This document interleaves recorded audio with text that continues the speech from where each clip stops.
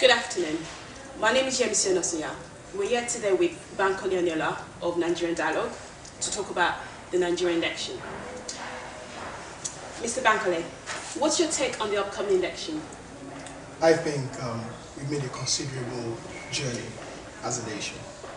The fact that we can have presidential debates, the fact that we can have an election cycle every 4 years, I think is a major achievement for Nigeria. And I think we can take this to another level where we have a better debate, a broader conversation, which is good for the polity. I think we're on the right track.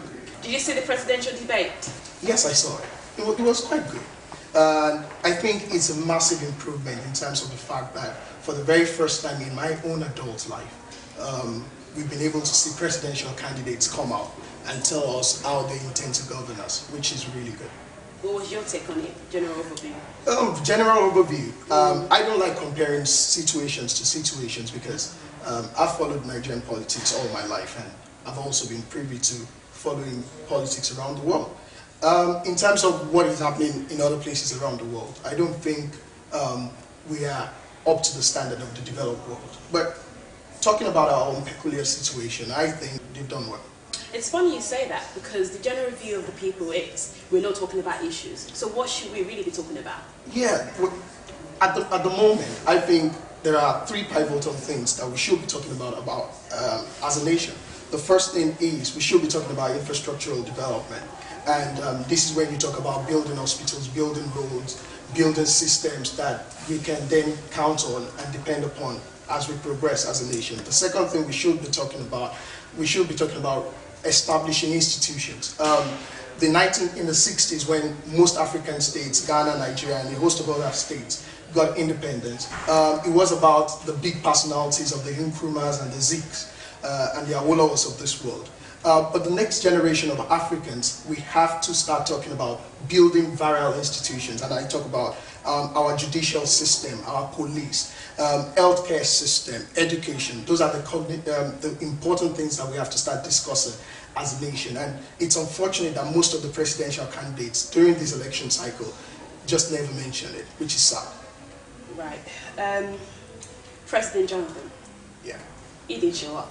What was that all about? I think it's quite unfortunate to the Nigerian states that a sitting president will not attend a presidential debate. But come to think of it, I think the debate in itself is good. It shows you that we're making progress as a nation. So I hope in the subsequent years that sitting presidents or incumbent presidents will come out for debates, because it's essential for them to be able to cast a vision about where they see Nigeria. And this is what I think we lack in our political discourse. The fact that at the moment we are not discussing how we want to be governed 20 or 30 years from now. We're not looking far into the future, which I also think is a credible thing that our presidential candidates should begin to talk about. The future. How do we want our states to look like? How do we want our federal system to work? So when we talk about the future, we can lay a foundation for subsequent governments that will come after us, that will take that to the next level. So I think it's good to start talking about the future now. That's good. So how about the other candidates? Who came out better for you? Who shone? I wouldn't do the scoring, and I will leave that to the Nigerian public and all the viewers to judge that. But I think they tried. Some of them are 70-year-old, and it's not at times their age, but the age of their ideas. But all the same, I think they've done well. That's good. So what is Nigerian Dialogue doing towards facilitating this?